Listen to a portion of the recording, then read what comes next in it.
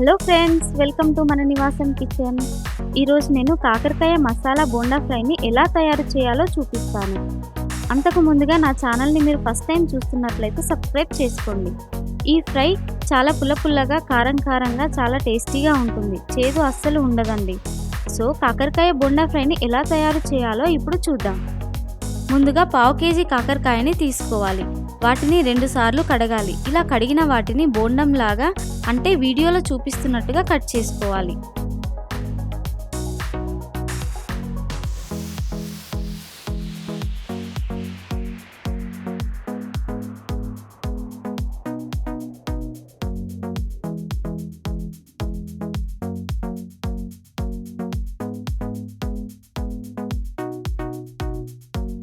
ఇలా కట్ చేసుకున్న ముక్కలకి నైఫ్తో ఘాట్లు పెట్టుకోవాలి.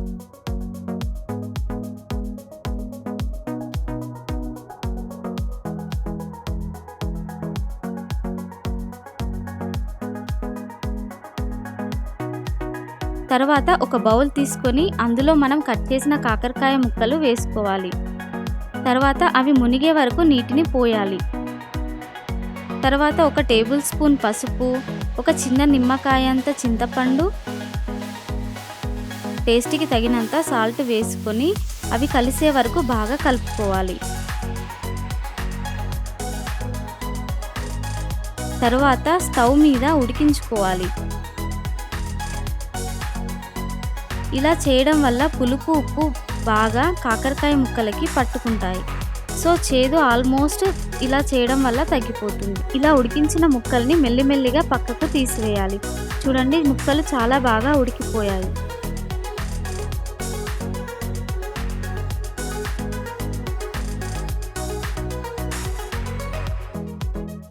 ఇప్పుడు మనం ఈ కర్రీకి కావలసిన మసాలాని ఎలా తయారు చేయాలో ఇప్పుడు చూద్దాము.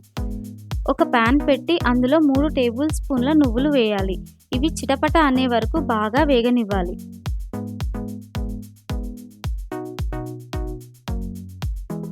తర్వాత మిక్సీ జార్లో వేసుకొని గ్రైండ్ చేసుకోవాలి.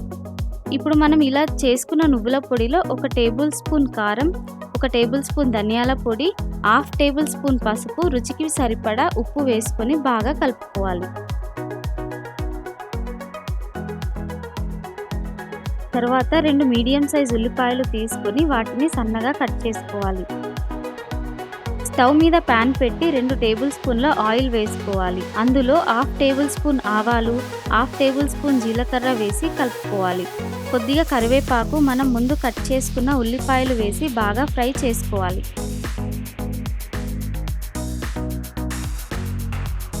ఇలా ఫ్రై అయిన తరువాత ముందు ఉడికించి పెట్టుకున్న కాకరకాయ ముక్కల్ని వేసుకొని బాగా కలిపి 5 నిమిషాలు మూత పెట్టి మీడియం ఫ్లేమ్లో ఉడకనివ్వాలి.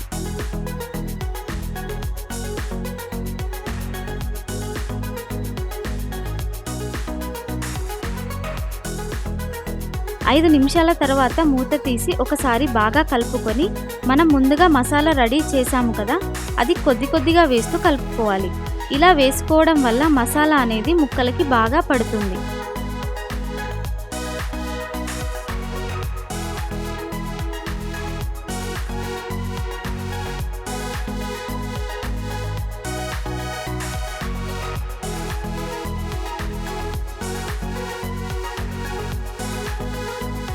లాస్ట్లో కొత్తిమీర వేసి స్టవ్ ఆఫ్ చేయాలి. అంతే, చేదు లేకుండా కాకరకాయ మసాలా బోండా ఫ్రై రెడీ అయిపోయింది. దీని కాంబినేషన్లో చప్పడి పప్పు తింటే చాలా బాగుంటుంది. సో ఫ్రెండ్స్, తప్పకుండా మీరు కూడా ట్రై చేయండి. మీకు ఎలా వచ్చిందో కామెంట్ బాక్స్లో తెలియచేయండి. ఇంకా ఎవరైనా నా ఛానల్ని సబ్స్క్రైబ్ చేయకపోతే సబ్స్క్రైబ్ చేసుకోండి. ఈ కాకరకాయ మసాలా బోండా ఫ్రై నచ్చినట్లయితే లైక్ చేయండి, షేర్ చేయండి. మన నివాసం ఛానల్ని సబ్స్క్రైబ్ చేసుకోండి.